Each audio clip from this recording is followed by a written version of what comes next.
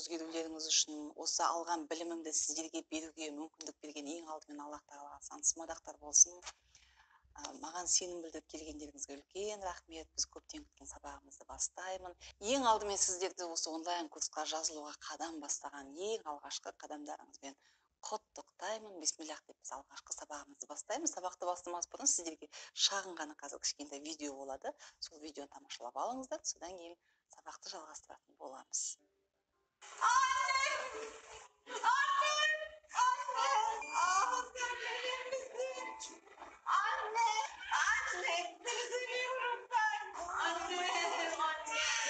Жаңа видеоны көрдіңіздер. Енді әлбетте біздің курсымыздың жазылушылары көбінесе қыз келіншектер болғандықтан, көбінесе енді біз отбасылы болған қыз келіншектер, отбасында көп сансыз қиындықтар басталған кезде осындай бір шешімдер іздеп келіп қалып жатты сабаққа. Негізі басбос қыздар да көп болуы мүмкін. Сондықтан бізге не қатысы бар туып жатқан баланы, біз әлі бала тумағанбыз, тұрмысқа шықпағанбыз деген қорқыныштарыңыз болуы да мүмкін. Бұл дүниеге келіп жатқан бала сіз өзім деп қабылдаңыз. Сіз дүниеге келгенде осындай бұл дүниенің қиындығынан, бұл дүниенің дүрбелеңінен бейхабар, тап-таза күйде, періште күйде сіз солай дүниеге келдіңіз. Дүниеге келдіңіз, байқасаңыздар, кез келген баланы дүниеге алып келген кезде, мен өзім 2 баланың анасымын, қанша перзентханада жүрмін, қаншама құрбыларым бар, көп балалы аналармен көп араласам, бала дүниеге келген кезде көзінен жас шықпайтын ана жоқ.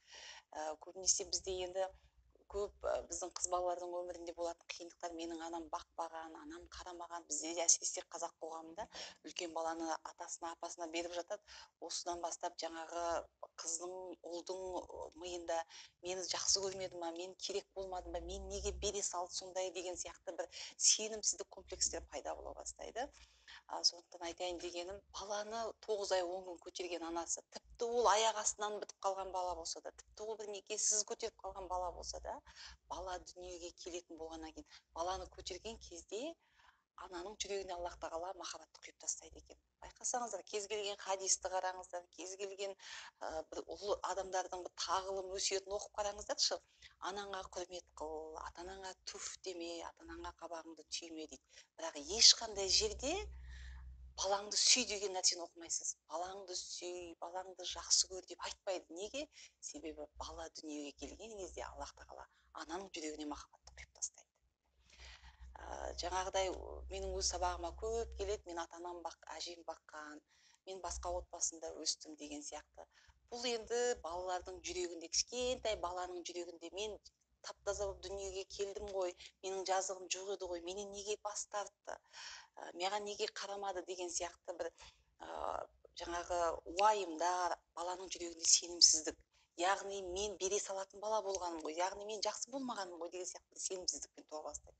Мінекей сондықтан бала кішкентай кезінен жаңа бағып жатқан ата-ана өзінің ата-анасы емес екенін білген кезде өсе келе мені кез келген уақыт тастап кете салуы мүмкін. Мен дүниеге әкелген ата-анамның өзі тастап кеткенде мүмкін мен күйеуімді тастап кететін шығар. Ата-анасы бақпаған қыз келіншектердің жалпы 70-80% жаңағы отбасыларда береке болмай көбінесе ажырасып жатады. Неге? Күйеулер тастап кетіп жатады.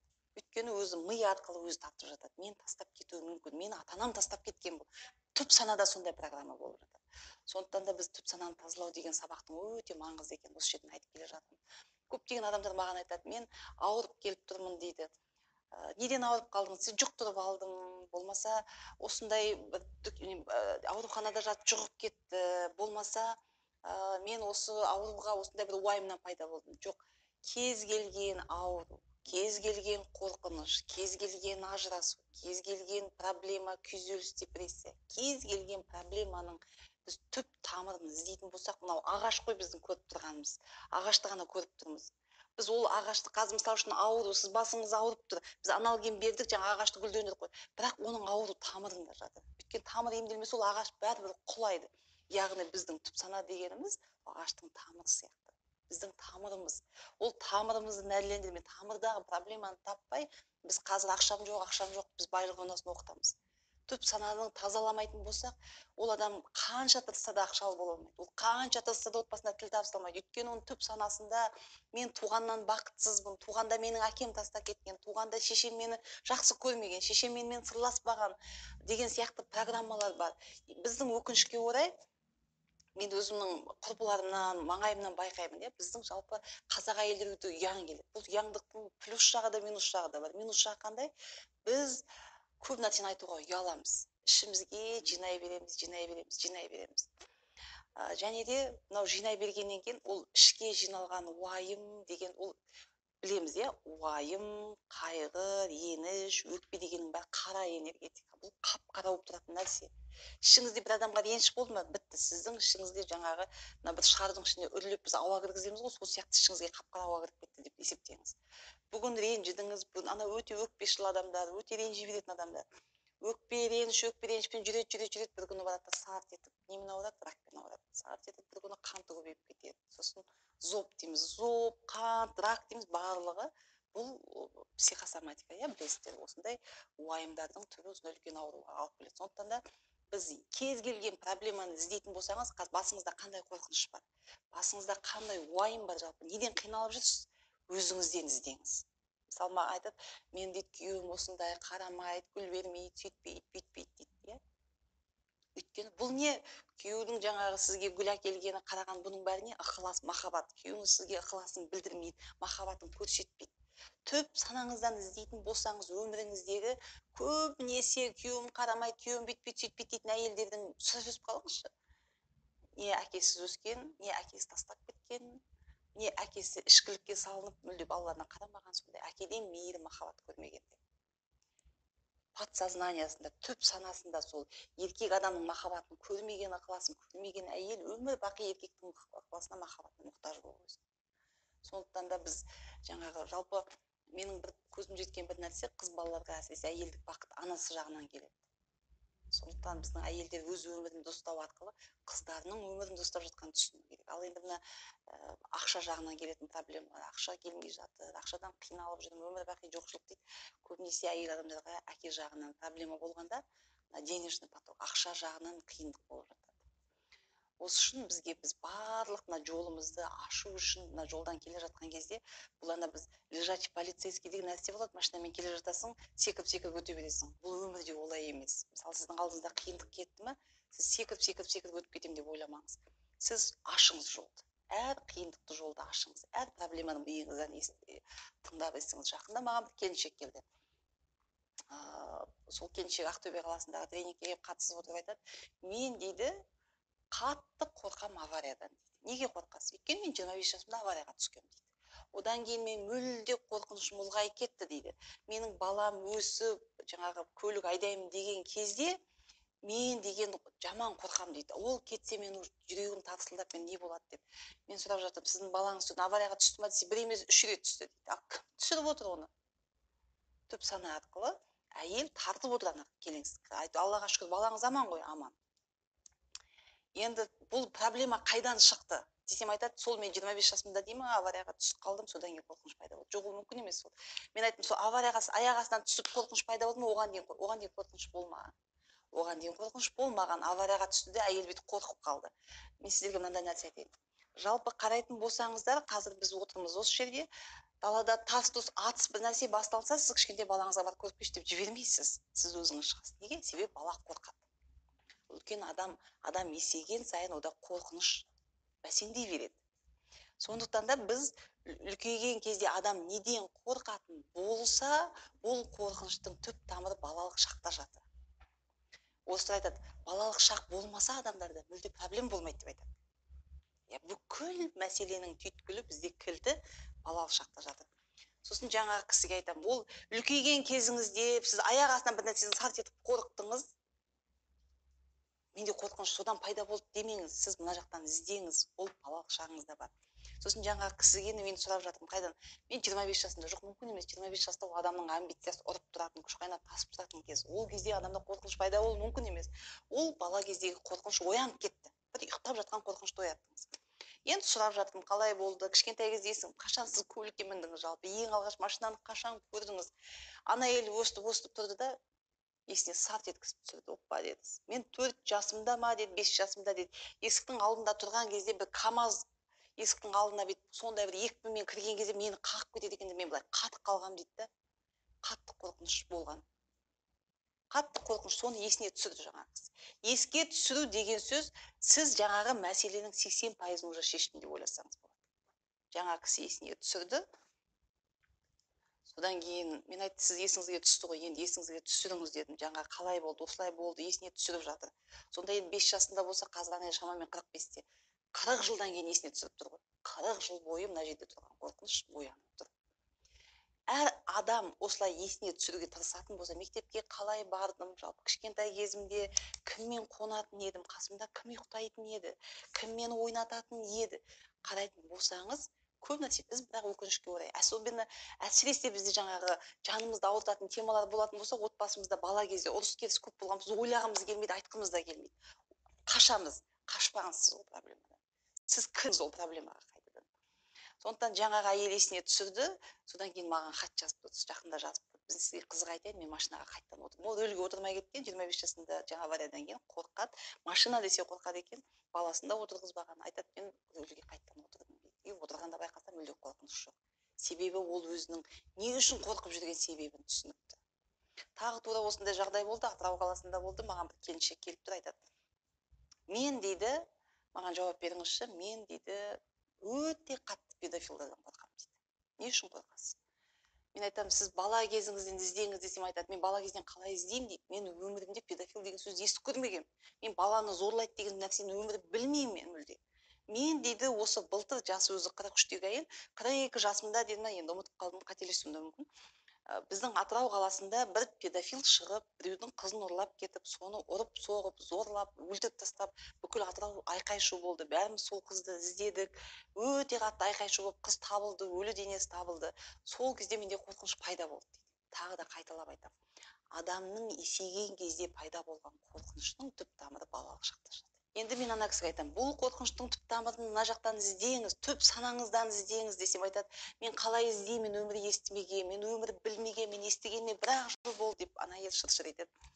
Сосын мен айттым, енді сіз дедім, үйіңізге барыңыз, дәптер қаламыңызды алып жазыңыз. Мен осынша жаста мектепке бардым, кіммен ойнадыңыз, ең алғаш сізге сөз айтқан бала есіңізде ма, ең алғаш сізге ұнаған бала есіңізде ма, әкеңіздің анаңызды ұрып жатқан кезін көргенсіз ба деген сияқты көптеген сұрақтар қойып, осының бәрін жазыңызшы, ерінбей деді. Бірақ біз өкінішке орай ерініп жатамыз. Ана кісі жазған болу керек. Мен Атыраудан кетіп қалғаннан кейін 2 күннен кейін жаңағы келіншектен хат келді маған. Есіме түсті деді.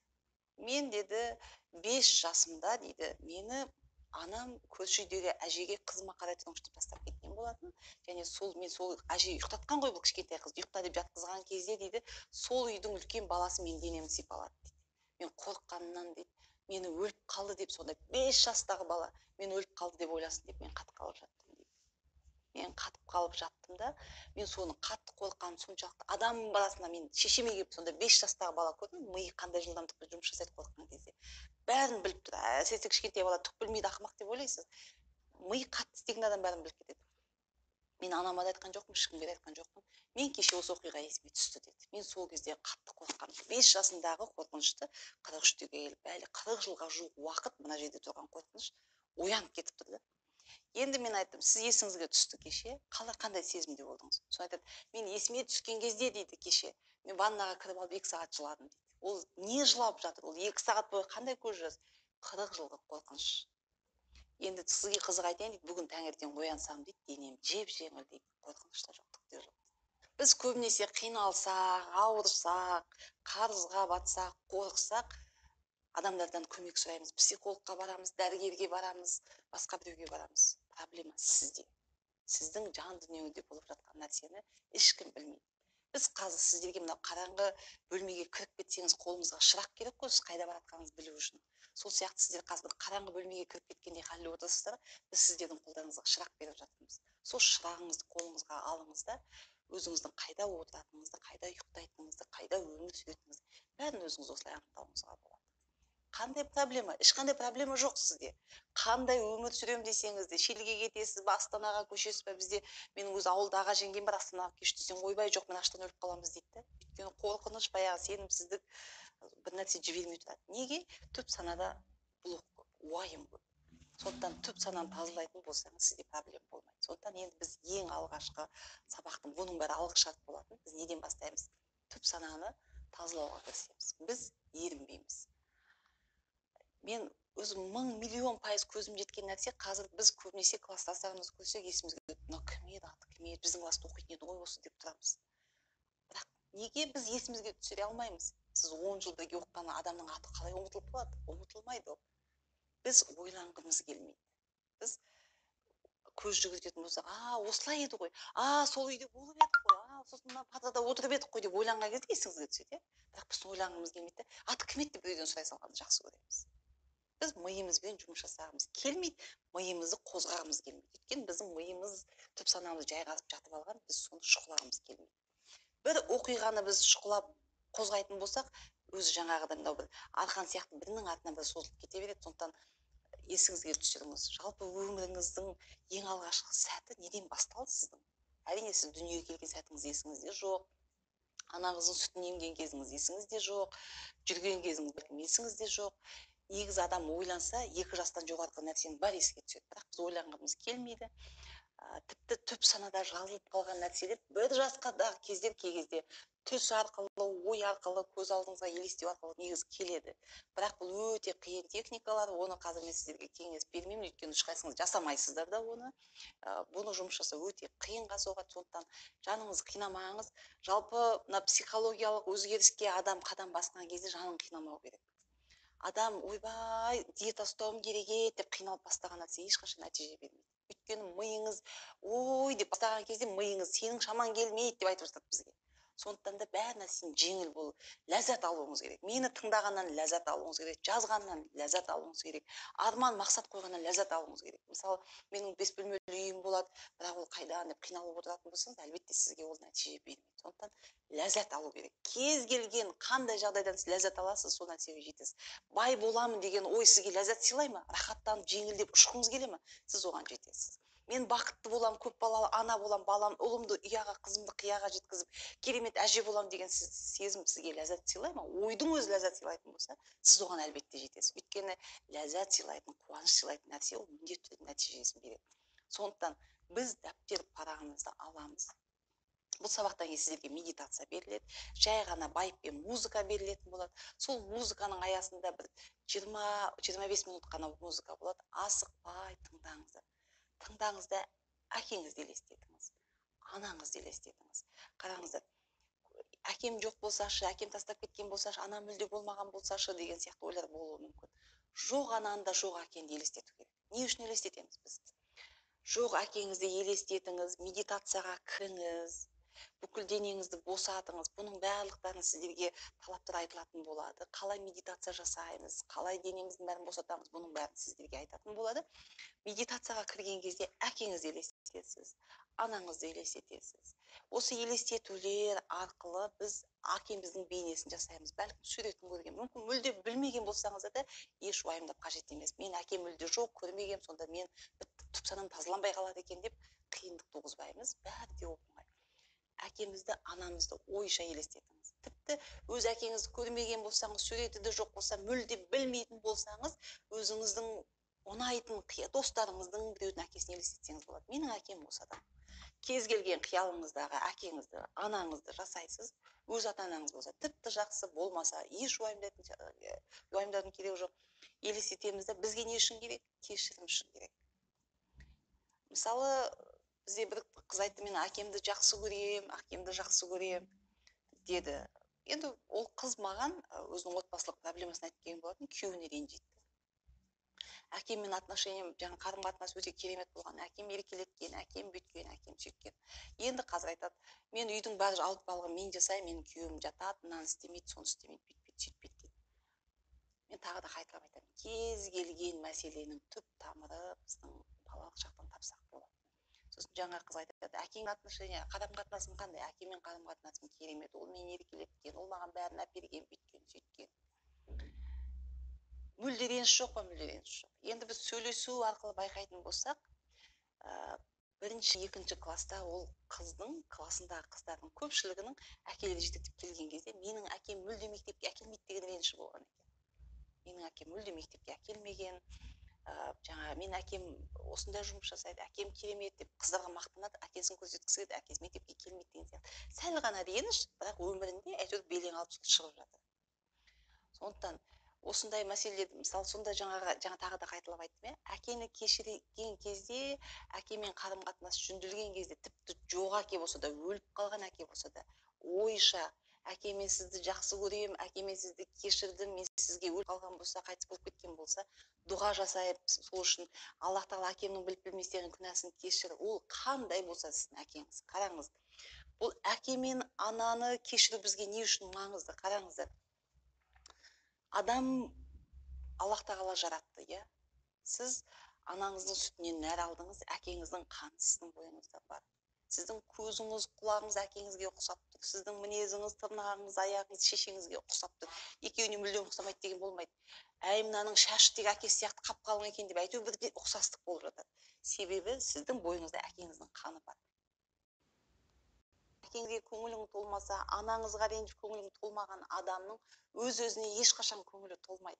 Себебі сіз сол әке мен ананың махаббатынан, қанынан, жанынан жаралдыңыз. Сіздің бойыңызда ол, сіз мына адамды қалай жек көресіз, қалай оны көргің келмейді, оны деп айтасыз. Ол адамның қаны, клеткасы бәрі сіздің бойыңызда тұр. Егер сіз оны жақсы көрмесеңіз, оны кешірмесеңіз, өз-өзіңізді жақсы көремін, өз-өзімді дамимын, өзім өсем деп ойламай ақ қойыңыз. Тағы да бір айта кететін мәселе, бізде қазір енді қазақ қоғамында ажырасу өте көп, иә. Ажырасқаннан кейін әлбетте біз ана балаға таласу басталады. Анау анда сүйрейді, мынау мында сүйрейді. Және де ажырасып кеткеннен кейін енді әйел адамдардың кішкене әлсіздеу келеді ғой. Қиындықтарға біз эмоциямыз кішкене тез көрініп қалып жатады, көбінесе әлсіздік танытып қалып жатамыз да. Тілімізбен артық сөйлеп қойып жатамыз, оңбаған, ол ұятсыз, сөйткенде бүйткен, баланың көзінше әкесін жамандай береміз. Бала ол жарайды, ол сізді жақсы көреді, жарайды, ол әкесінде шаруасы жоқ болып өседі. Бірақ оның түп санасында жаңағы сөздер жазылып жатады: әкем оңбаған, әкем ішкіш, әкем тастап кеткен, әкем басқа әйел алып кеткен. Оның аз жағында мен қайбір оңамын деген комплекс пайда болды. Сіз балаға әкесін жамандадыңыз, болды, сіз баланың болашағына балта шаптым деп ойлай беріңіз. Бала мүмкін тұлға болып қалыптасады, мүмкін жарайды керемет отбасы, бірақ ішкі жан дүниесінде оның үнемі өз-өзіне көңіл толмаушылық болып тұрады. Үнемі белгісіздікте жүрген сияқты. Үнемі бір ішінде құлазыған мұң. Неге? Менің әкем жаман адам.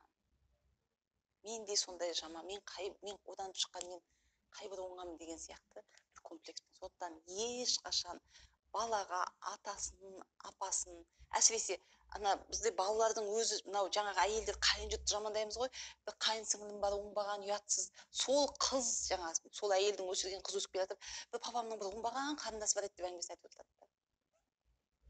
Әкеңіздің бауырлары, анаңыздың бауырлары.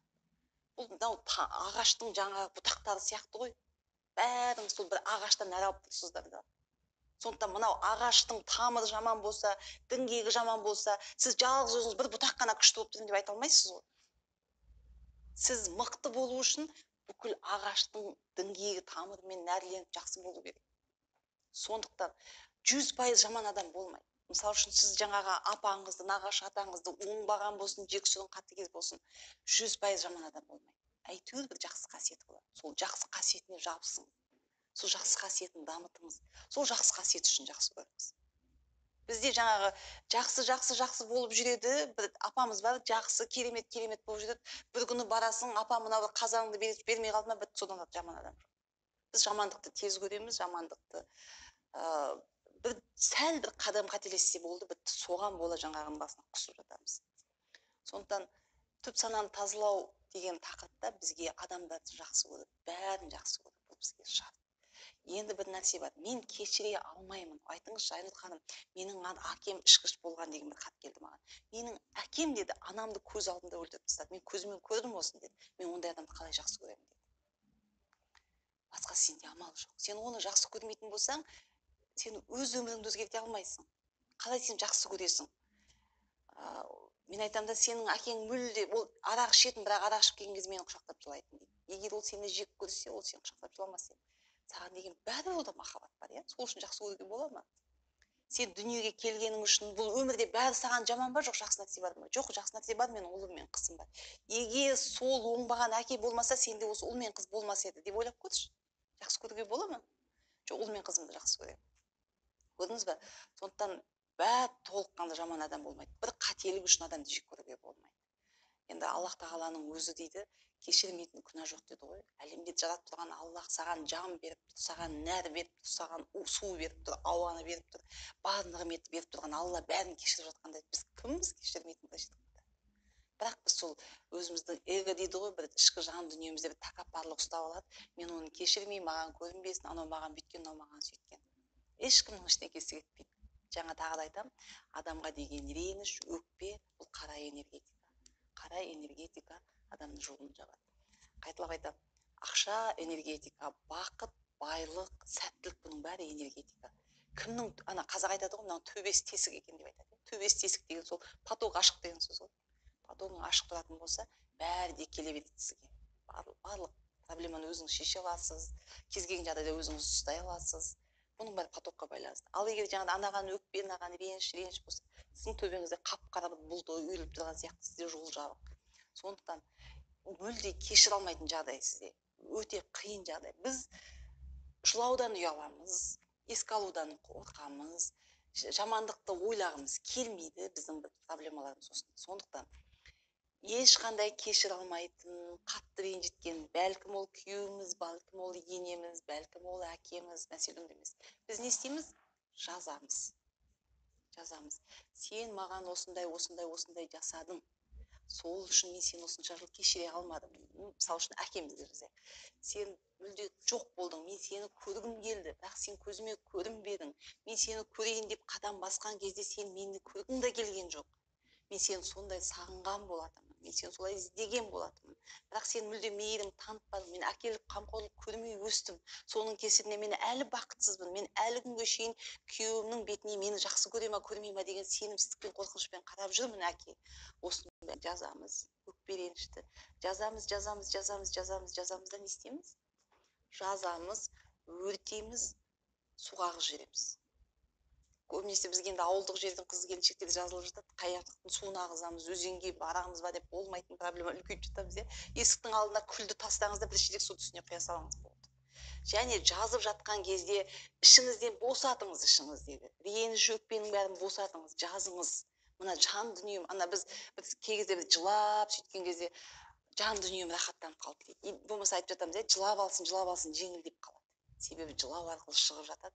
Жылағаннан қорықпаңыз, ағыл-тегіл жылаңыз. Жазыңыз, ерінбеңіз. Кімге? Ол бәлкім папаңыздың қарындасы шығар, бәлкім сізге оңбағандық жасаған абысыныңыз шығар, бәлкім сіздің құрбыңыз, сіздің жігітіңіз. Кім болса да кешіріңіз.